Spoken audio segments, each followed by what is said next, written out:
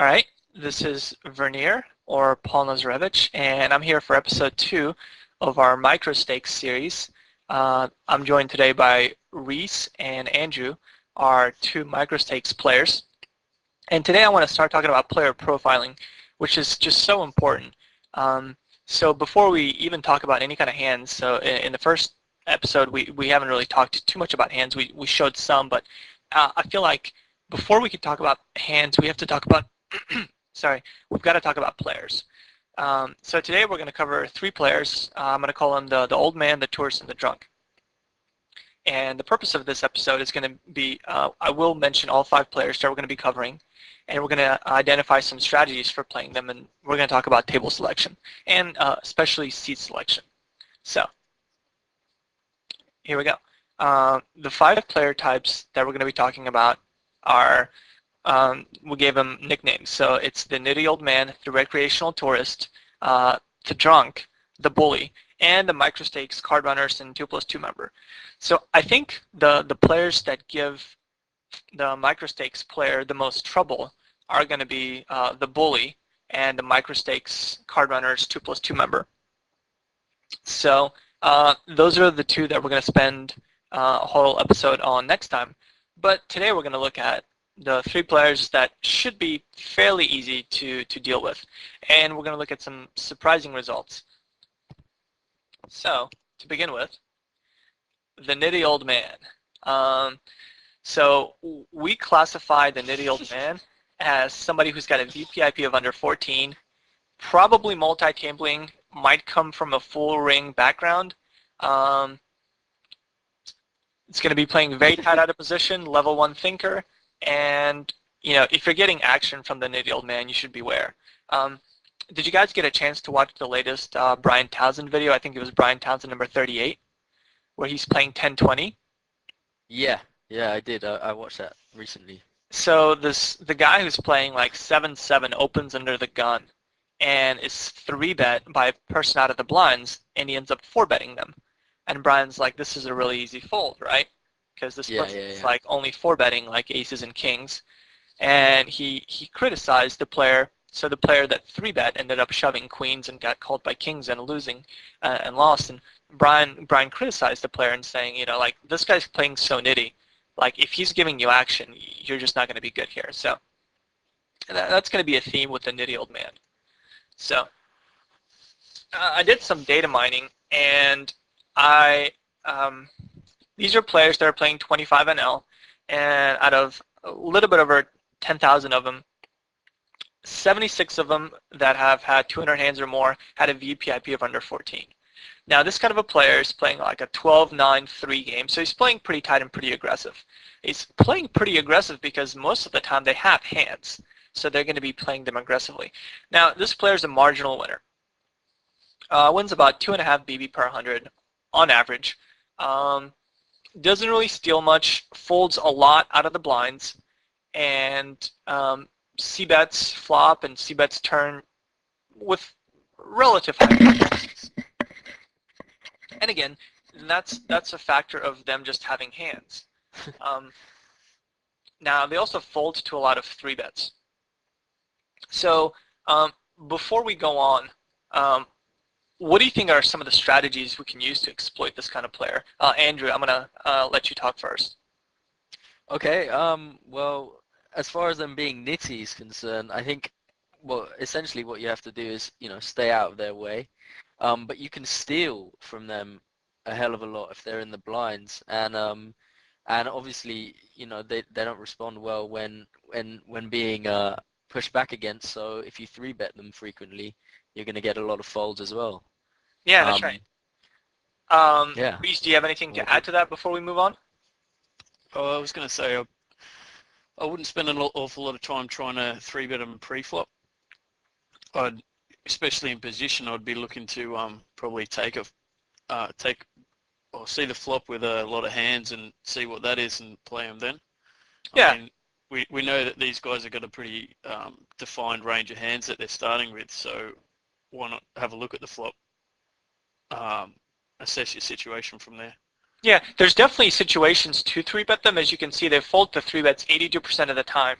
But I would do it more selectively. Because like Reese said, so you're both right in that while they do fold to a lot of 3-bets, it's also going to be profitable to float them quite a bit. Float them with a select range of hands too. So we'll talk about those hands. You're, All you're right. talking about like dry boards, like king high and then low boards, and just fighting them on those. Um, Yeah, like those will be good boards. So if we know that the players continuation betting on a lot of good boards, then yeah, like um, sometimes a king high board will be a great board to try to if they continuation bet, we can call and then try to take it away on the turn. If they fire those kind of boards, which a lot of them should fire. Mm. But Also, go ahead.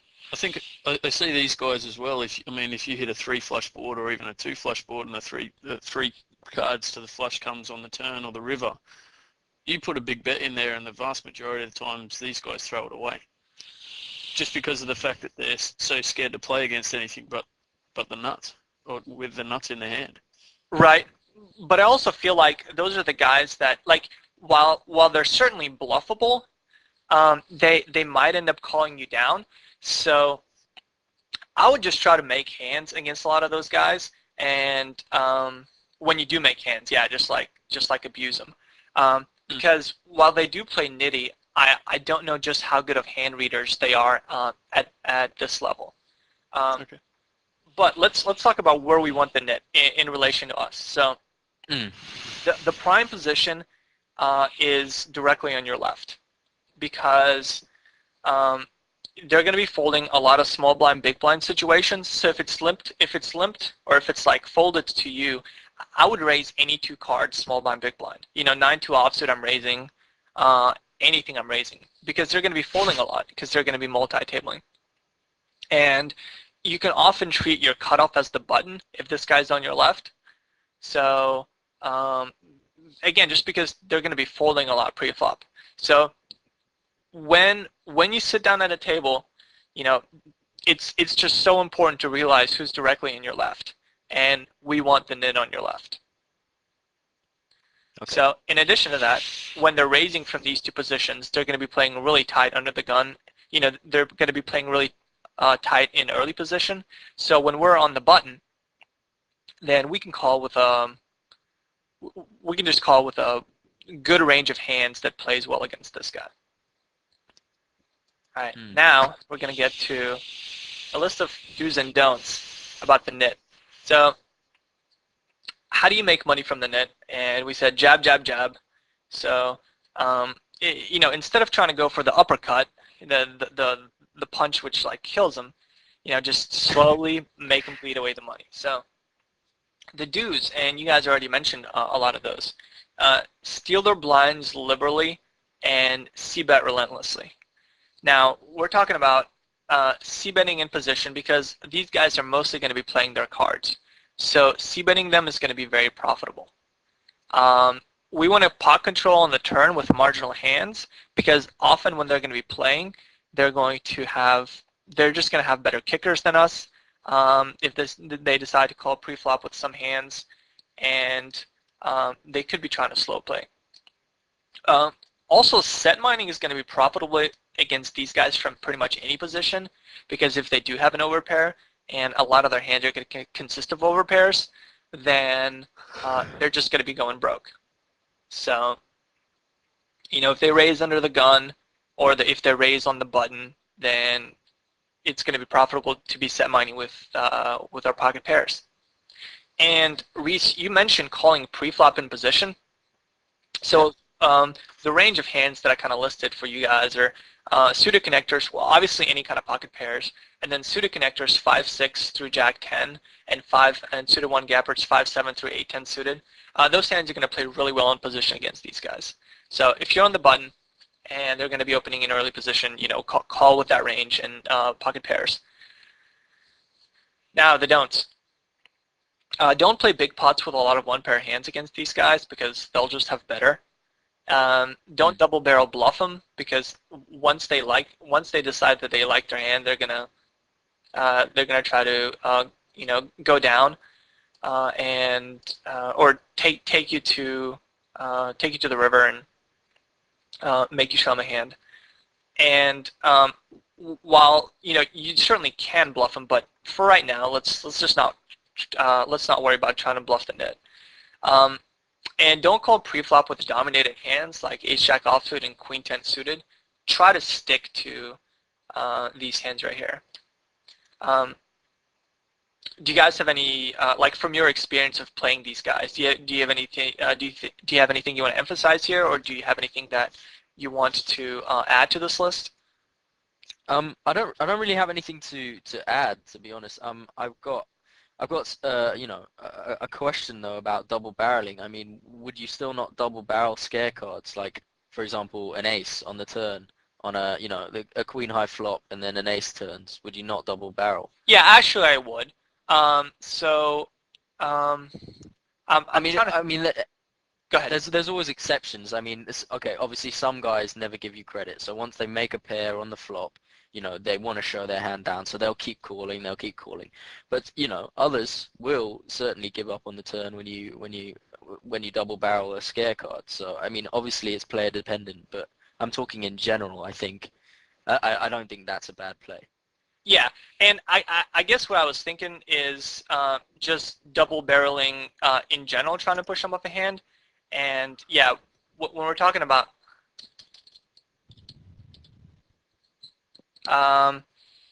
yeah, double barrel. So let me modify that for what you said.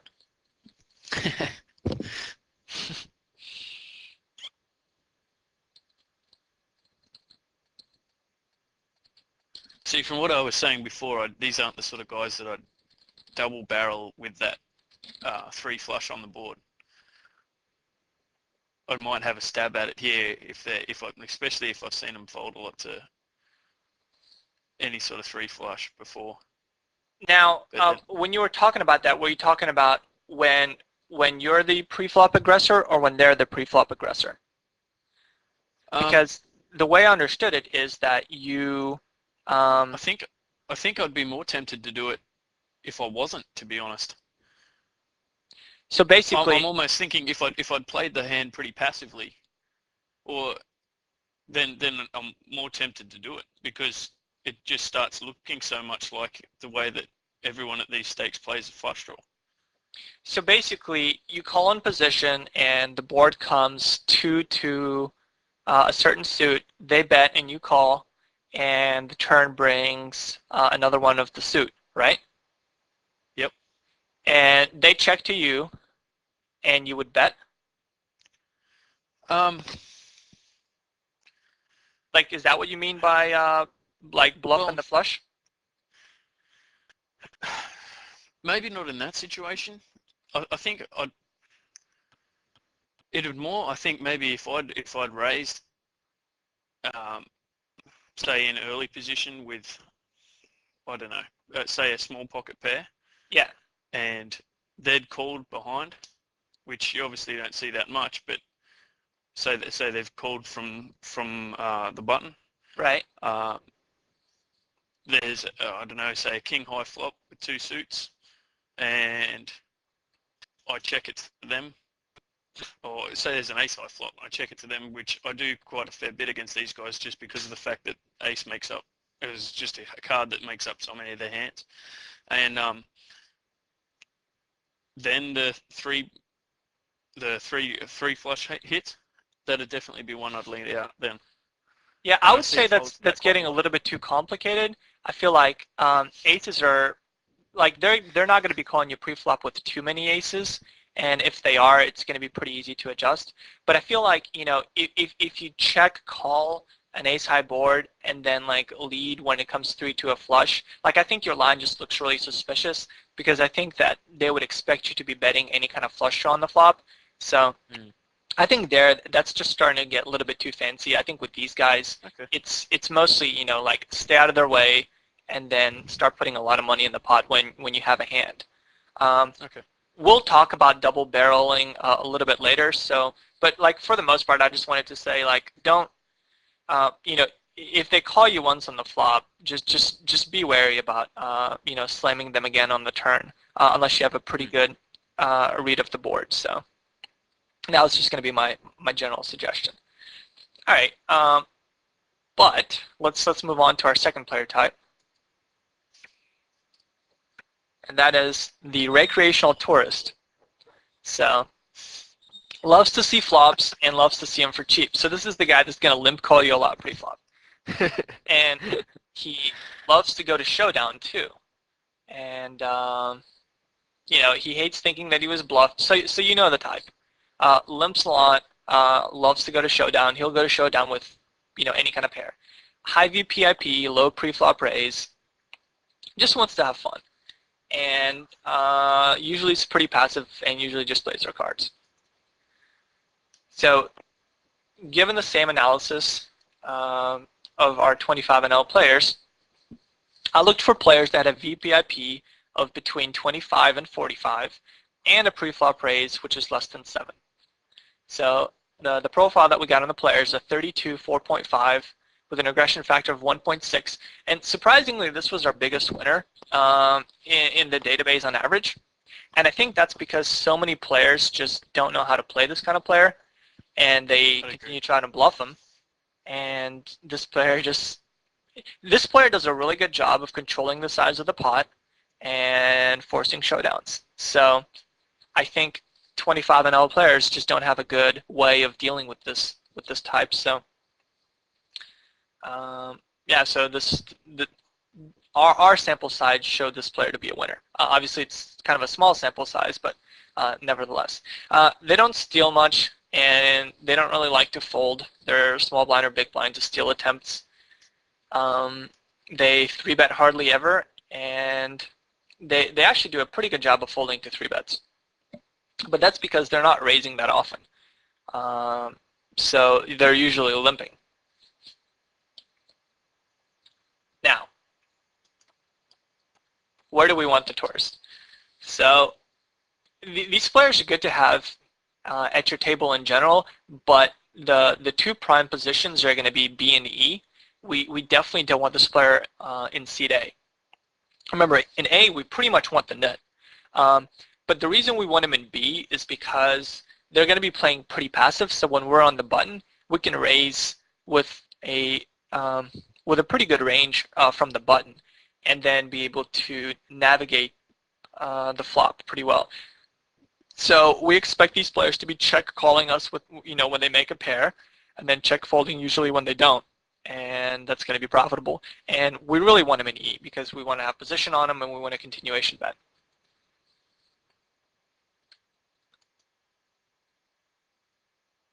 Do you guys have any comments on where we want this person? No. All right. No. So now, I'm listening intently because these guys kill me. yeah. So how to exploit it? And I said increase the price of poker. So dudes, isolate him pre-flop with hands that have good showdown value and c-bet selectively. So whereas with the nit, I said c-bet relentlessly because they're going to be playing their hand. But here, we want to c-bet situations where it's a premium flop to c-bet, which we're talking about ace high, king high, queen high, and not very connected, and because we want to get value. And secondly is we want to value bet very thinly. So these guys are calling a lot. So if they're calling a lot, then you're going to charge them for things that they do. And I said don't make it too expensive on later streets, but there's some situations when they've just called you on the flop and they've called you on the turn, and you actually end up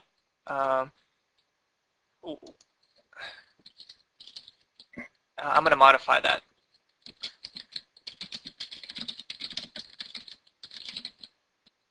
But overbet sometimes. And, you know, if we just think that they're calling us too much, then I like an overbet. And I actually have an example of a hand where I do overbet. And we'll talk about why. And dues, take free cards in position with your drawing hands on the turn. So if they call you on the flop, they're probably going to call you on the turn. Because they have some kind of marginal made hand, like, you know, middle pair with some kind of a kicker, et cetera, et cetera. The don'ts, I said don't isolate them with smaller suited connectors as they play well in multi-way pots. So like suited aces, I would probably be isolating them with, but hands like 4-3 offsuit or 4-3 suited, 5-6 suited, even up to 7-8. Actually 7-8, I would probably isolate them, but up to like 6-7 suited, I would just limp behind. I would also probably limp small pocket pairs like 2s through 6s, and then isolate them with 7s and up. And don't expect them to fold marginally strong hands. When you're saying marginally strong, I would say like middle pair Okay. with some kind of a good kicker, and definitely never top pair. yeah, I'd even say to the point where it could just be middle pair. It doesn't have to have any sort of kicker. I got called down today by a guy who had 8-5 on a board of like King 10 or King 8-5 or something. Oh no, King 8-3 and a 5 hit on the river to give him his 2 pair. I had Right. pocket aces. Oh wow. Yeah. So I went for the 3 streets of value or the 4 streets of value, whatever you want to put it, and yeah, he called me the whole way. So let me actually say this too. Don't expect them to be aware of kickers. Yeah. And that's a really good point, and that kind of goes along with this idea of marginally strong hands.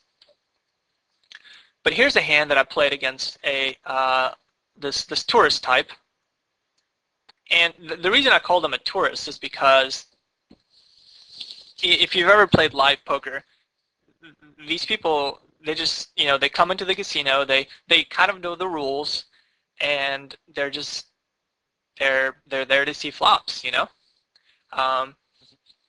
all right, so here we go.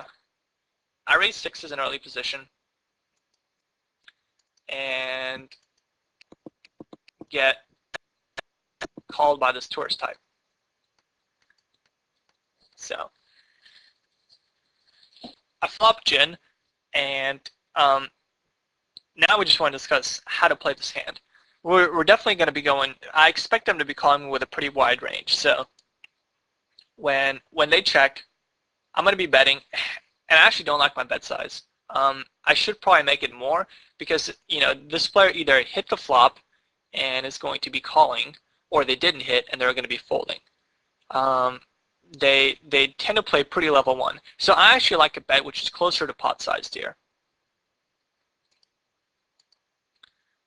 But I get called. So now and again, I like a bet size which is a little bit bigger here. But I'm going to be going for definitely 3 streets of value.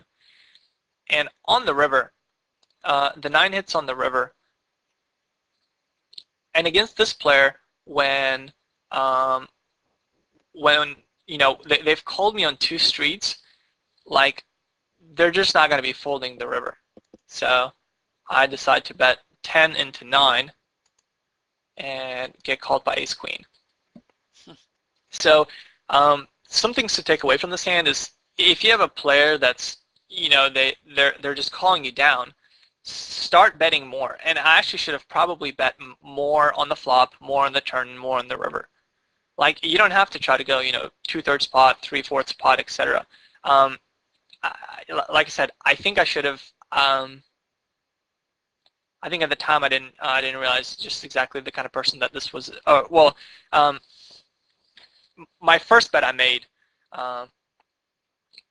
but yeah, like consider putting over bets against these players, because if they're calling you down, then you need to punish them for calling you down, and the way to do that is by making bets which are like over bets, and they'll call you. So if I miss, this kind of person, I would really not try to represent any kind of cards on. So like, even if when the king hits and we say, well, that's a good scare card, well, you saw that this guy just called me down with ace queen the whole way, and he's just not giving me credit for anything. He's just saying, well, I have top pair, top kicker on the flop, and that's it. So yeah, I wouldn't be double barreling this person, but I would just be betting and c-betting and even over-betting on the river. So if they're going to call me, they're going to call me. Do you have any questions or comments on this hand? Nope. Yeah. And like I said, my mistake is I should have bet more on the flop. I should just pot it on the flop because they either have something or they don't have anything. And you probably could have potted it on the turn as well. Yeah, I probably could have By the done looks that. of things. Sure. And then bet on the river. And almost pushed it. Well, by the time you'd potted both of those streets, you could have almost pushed him. 1 second.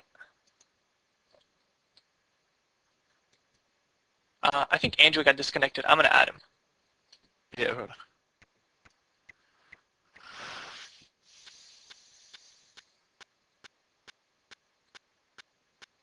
Sorry. Hello? Hello? Yeah, hey. Hi, sorry, I don't know what happened. I got a little bit disconnected. I could hear everything. It's just I couldn't say anything. It was a bit weird. Sorry. Yeah, no problem. All right, but let us. Oh, so do you guys have any comments about the tourist? I think the essential. Well, one of the things I wanted to add was I mean, obviously they're not letting go of marginally made hands, but they're not even letting go of draws either. I mean, there's people that are regularly bet second pair with hopefully for 3 streets on a board which has an obvious draw on it, like a 2-3-10 board with 2 spades. There's definitely players that I'll try and value bet really thin because I know that they're drawing most of the time. So Yeah, totally. But the other thing to keep in mind is like if you have something like an ace high and you're trying to push them off the draw, like don't. Your ace high is probably good. Check the Yeah. odds. So. Oh yeah. Like value bet them, and that's even in this column here. It says value bet them thinly. So, yeah. But I mean, at the same time, there's a lot of situations I find where on the flop, for example, especially if I'm out of position, if for some reason I've table selected really poorly and there's one of these guys on my left, I won't fire at boards where I haven't hit and they're clear. The board clearly hits their range. There's a lot of boards where I just check fold. Right, and I think we mentioned I that as the number 2 leak of Micros Takes players is c-betting in bad situations. Yeah. Because these guys will make you tear your hair out trying to just make them fold. It just doesn't work. So. Right. Now, there's no excuse for you to have this player on your left, after we've done this and you talk about table selecting poorly, once you realize that this kind of player is on your left, you just shouldn't stay at the table. Yeah. Once we have some good tables, poker's going to be so much more fun for you guys, and it's going to be so much more profitable. And I feel like a lot of the frustrations that players have are they're just not putting themselves in a good situation.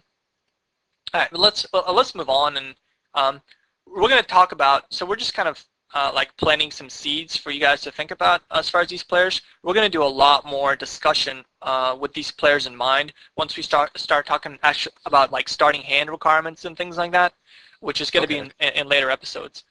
But for now, I just want you to be thinking about these players. All right. The drunk, right? It's our third player type. And we said beyond loose and aggressive is missing the fold button. Will usually sit with huge stacks. So you sit down at a table, and this player's like sitting on $160, right, at a 25 and L table. And they're playing like every hand. And loves to try to push you off hands and loves to play big pots. Yeah. So I looked for players that have had a VPIP of over 50 and a preflop raise of over 20. And the profile of this player is a 6130. And it's a pretty big loser. In fact, these are going to be some of your biggest losers at the table.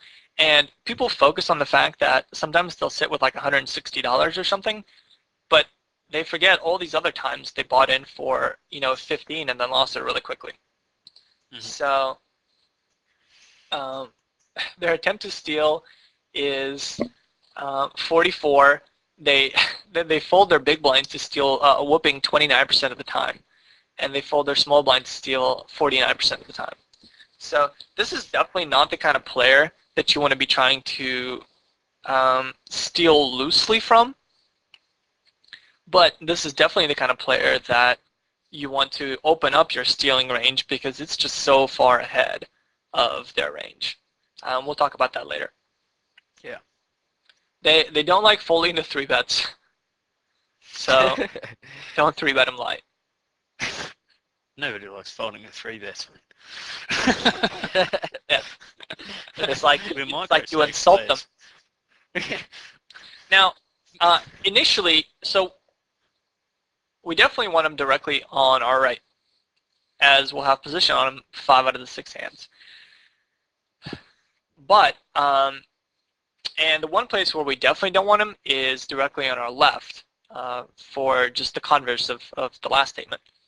But I debated whether I want to put them in seat B or not, and I decided that I do because these players, while they don't fold their big blind a lot, they're just not going to play that well post-flop. So as long as you know how to navigate against this kind of a player, it's going to be very profitable when you're on the button for them to be in the big blind. And I was thinking about this in terms of, is this the kind of player that I want to play heads up, where every other hand, I've got position on him, and yeah, this is totally the kind of player that I want to be playing heads up. Once you develop some good strategies for dealing with this player, because I feel like a lot of micro stakes players, they just don't have a good strategy for dealing with this guy. I'll go along with that. I can't stand having these guys in my big blind because they never get a fold to it. So No. straight away you can't just pick up that blind once in orbit, or once every few orbits, and just the amount of time that they float you with any sort of board, and then come the river, if you've shown any sign of weakness, there's a shove. Now, so when you're talking about them floating you, do you mean them floating you out of position, as in like calling the flop with air? Yeah, and I don't think it's not because they know what they're doing. It's just because they wait to see until you might check the turn, or even check the river, or if a flush draw comes, or any sort of scare card or anything like that. You just excessive aggression comes in next. Okay, so that kind of leads us into how to exploit this player. All right, and you notice the first thing, well, I said how to exploit it, be the first to take their money, because they're going to bust and they're going to leave. So this leads us right into one of the first do's, and that's slow play your big hands when faced with aggression. And the third thing kind of also goes along to what you said, which is take lines which induce bluffs by appearing weak. And we're not going to have time to go into all that in today's episode, but these are definitely things we're going to be focused on. So just be thinking about lines, be thinking about situations of slow playing your hands, and be thinking about situations where you're trying to induce bluffs. Value bet 2 streets when villain might be on the draw and check rivers to them. So that's the famous like bet bluff catcher situation, where you bet the flop, you bet the turn, and you check the river, and they usually pot it, and you call it, and they've got air, right? Yeah, right. So this is like my default against these guys is I bet 2 streets, and then the way I get value on the river is by checking to them. And also go to showdown light, but pot control whenever possible. So I would definitely be betting, like second pair often on the turn if I think I have a good kicker, and top pair, top kicker, I'm just not folding. So that kind of leads us into one of the don'ts, which is don't fold over pairs or top pair, top kicker type hands against these players. And most importantly, don't tilt against them. Like this is huge, and this is how they get their stacks. People try to like bluff them, or I don't know. They just get frustrated, and they try to play back at them in ways that they really shouldn't. Also, don't c-bet 3-bet pots with air. Like this kind of player, if they're going to be calling you pre-flop, they're just not going to give you credit for anything. Like if they hit bottom pair, sometimes they'll be raising you with bottom pair and 3-bet pots. So just be very, very careful about what you do in 3-bet pots. And one of the things I love to do against this player is when I flop an overpair in a 3-bet pot on like a low board, I'll check raise them, because they're just going to be like, they'll always put you on ace king if the flop is low cards, and they'll always put you on like queens if the flop has like an ace or a king. So just slow play them, and don't 3-bet them light out of position. Now I've got 2 hands which I played against this kind of a player yesterday, which I want to go over. Do you guys have, from your experience, do you have any, do you have anything to add or emphasize on here? I've got one or two strategies, I think. I mean, I've started recently doing the check call on the river. I mean, I always check the river aggression, and Fruity Pro actually has an amazing article on the Card Runners website that talks about how to use your HUD stats to help you make certain decisions. And yeah, the check call on the river is gold. And also when you have the board crushed, even if you're in position, just betting really small Right. often gets a raise from these guys. And then also, let's say you've called with a small pocket pair and they've been the aggressor pre-flop, just donking into them out of position really infuriates them, and they just go nuts. So But the question is, when are you talking about in situation where like you call with pocket fours and the flop comes? Like, are you talking about situations where you hit a set or where you don't hit a set? no, where I've made a really strong hand. I mean, I don't play.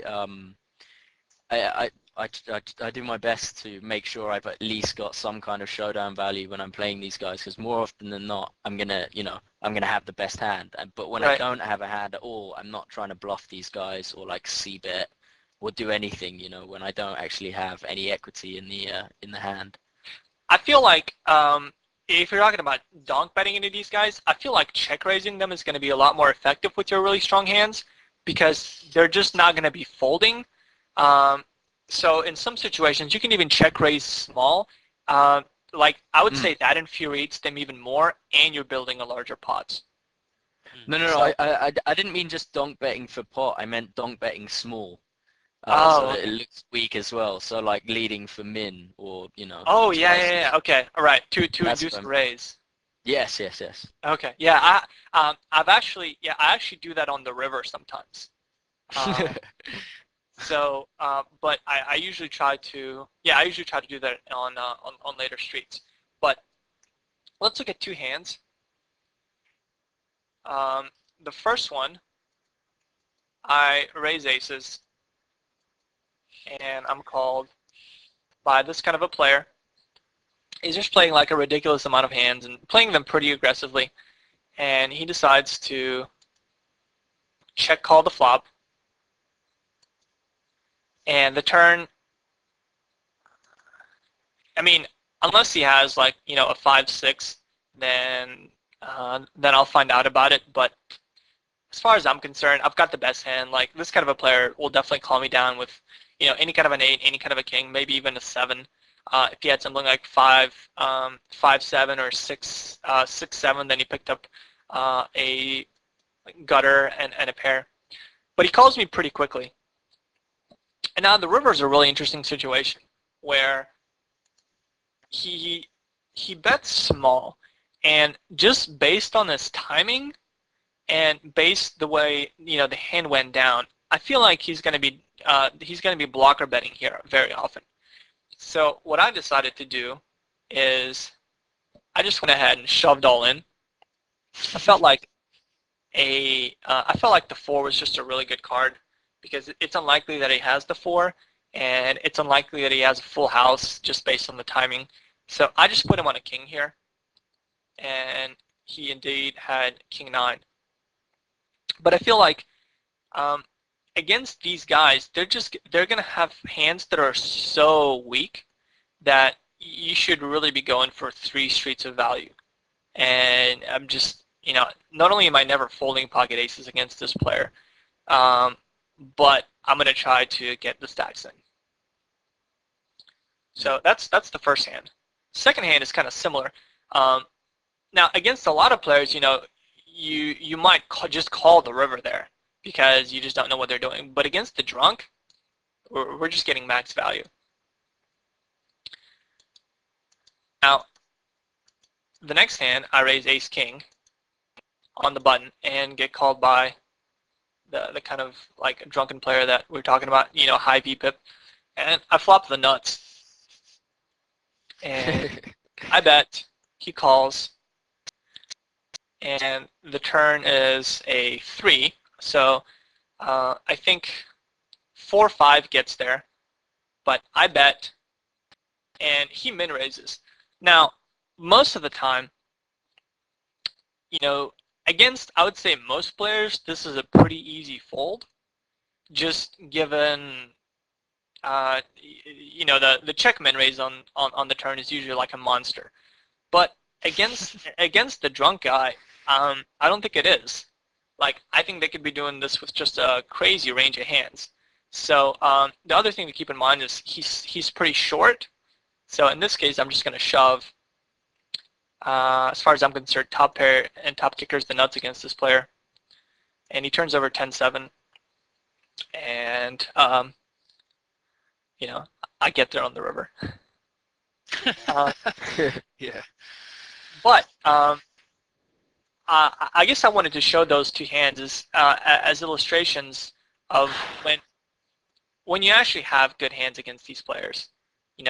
Try to go for value.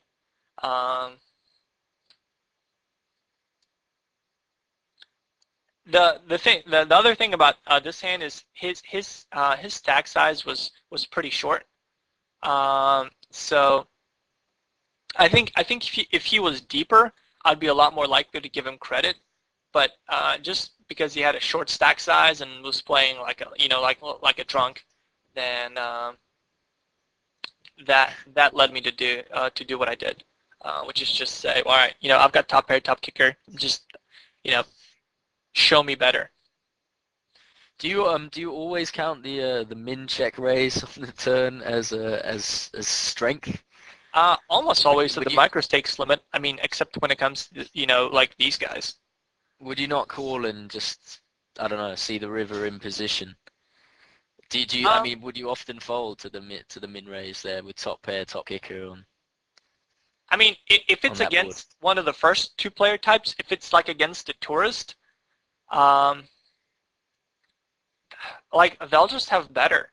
And I mean, like in this case, I hit a king and I'm good, but they'll usually have like two pair or a straight or a set.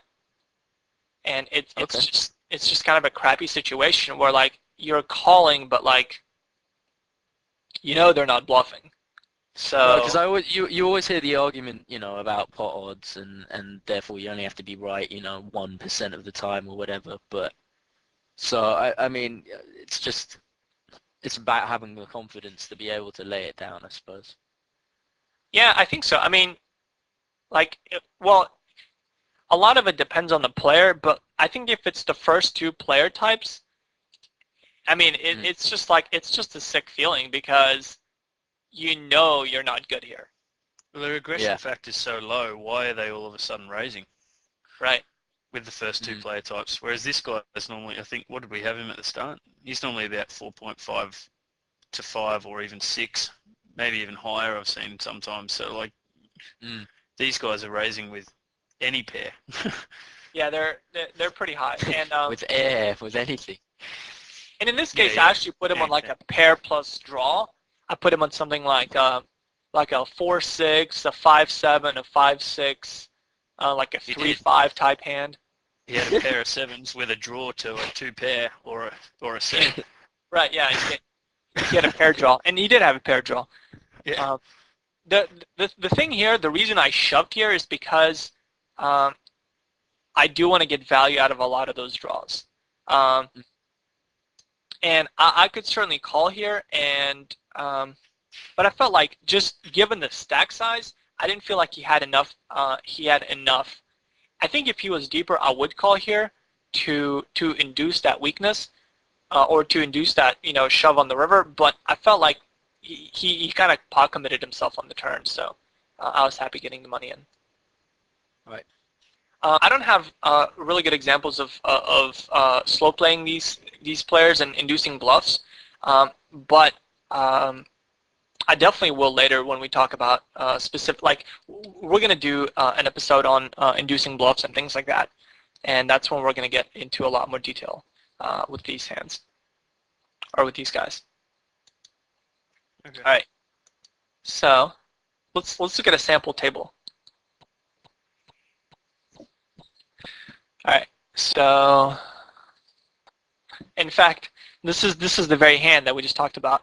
I took a snapshot of the table as this hand was being played out. All right, so let's analyze it.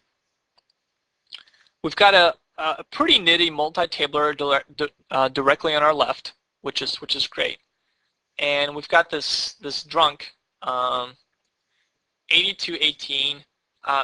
You know, I classified him as having a pre-flop raise of above 20, but I would say this qualifies.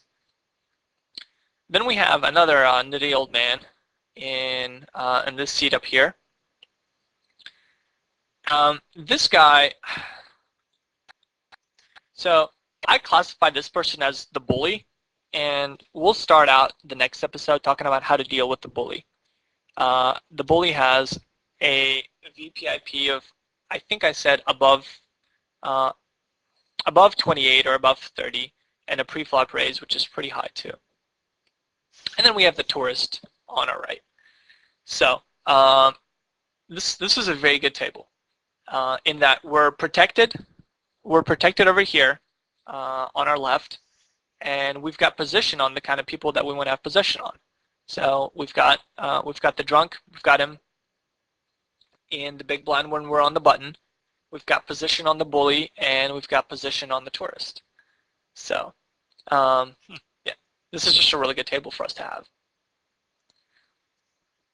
When we look at a table like this, like we really want to be asking, you know, like why. I guess by the end of these two episodes, we want to develop a good understanding of why having certain players in certain seats is going to be profitable, and hopefully we outline some theory of, you know, why it's going to be profitable. And then when we start talking about the actual hands that we play, you know, in a lot more detail, a lot of that stuff will sink in, hopefully. So if this was reversed, it would be a much worse table. But this is an example of a very good table. All right, now here's an example of another table.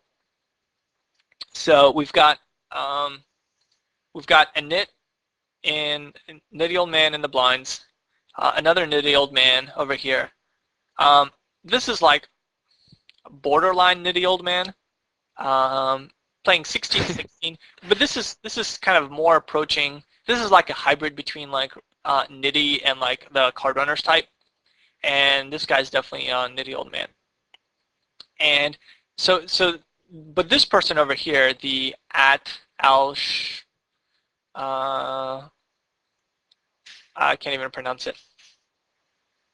Alshik Matt. Thank you very much. The @alsh. The guy just to your left. The guy just to your left. The guy directly on our left. So this is our fifth player type, and we call that the card runners 2+2 type, where they have a reasonable VPIP and a pre-flop raise, which is within, you know, within like six points of that. Pretty high aggression factor.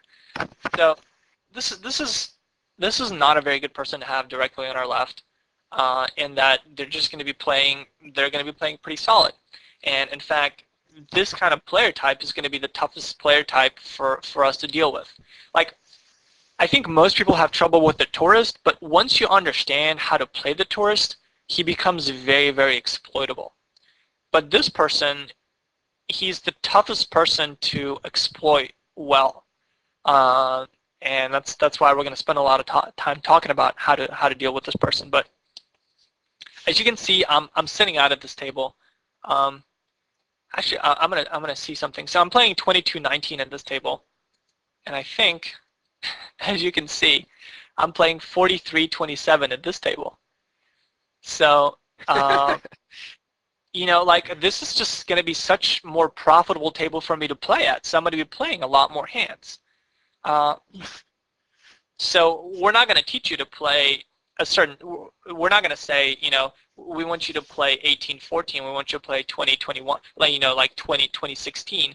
We want you to play, situations which are going to be profitable for you. And in this case, a profitable table, I'm going to be playing profitably in here. The table is just, it's just like really tight, and it's pretty aggressive. And as you can see, these guys, aggression factor of infinity, aggression factor of 7. Yeah, like the way to play at this table is to like open up and try to take down the blinds. But this is just not going to be a profitable table for you, and it's not going to be profitable to see. And hopefully you can see that. And that's why I decided to sit out and leave this table pretty quickly. This table actually just broke down. So some of these players sat in here, and I had hands on them, but I was like, oh man, like I don't even know where my money's coming from. Did you, I mean, this table might be, you might be able to loosen up and make it profitable, as in allow people to bleed away chips simply because they're so tight ordinarily, but are you saying that the whole table dynamic is negated by the fact that this card runners member, or whoever this competent player is, directly on your left? And I mean, not only that, but like, the person directly on my left is the kind of person that I don't want to have on my left. And B, I'm just not really sure where my money's going to come from. So if I have a table like that, and then I have a table like this, right? Like, yeah. Why would you play the other if you could play this? Yeah, one? I mean, there's just this table just doesn't have anything going for it. There's a bunch of tight players. They're not going to give me action and are going to be, playing pretty scared poker. There's enough, tourists and drunks at the micros to where you just don't want to have a table like this. Fair enough. Mm-hmm. And you really need to be monitoring what you're doing all the time when you're at the tables. So if you play, just constantly be looking at your tables. Every let's say 10 minutes, look at your tables again and ask yourself, is this still a table that's profitable for me to be playing at? And one of the reasons why I advocated playing more tables, not only you'll get to play a higher frequency of good cards, but you'll also have more tables to choose from. So if you're playing like 4 tables or 6 tables, and you realize that one of them is not very good, you get to close that one out, but you're still playing 3 or 4 tables, then you get to look for another one. But that's so key to like constantly monitor your tables and continue asking yourself, is this a good table for me to be at? Like, does this table meet these conditions that we have? So, any other questions or comments? No. All right. No, not from me. So our very next episode is going to be episode number 3, and we're going to continue looking at the different villains, continue profiling. So we're going to look at the bully, and I kind of gave you a preview of these 2 players, the bully and the CR member. The bully, this guy right here, this player actually gives it gives a lot of problems to microstakes players, because they're just not sure how to respond to this level of aggression and this level of looseness. And the card runner member, your 2216 type player, is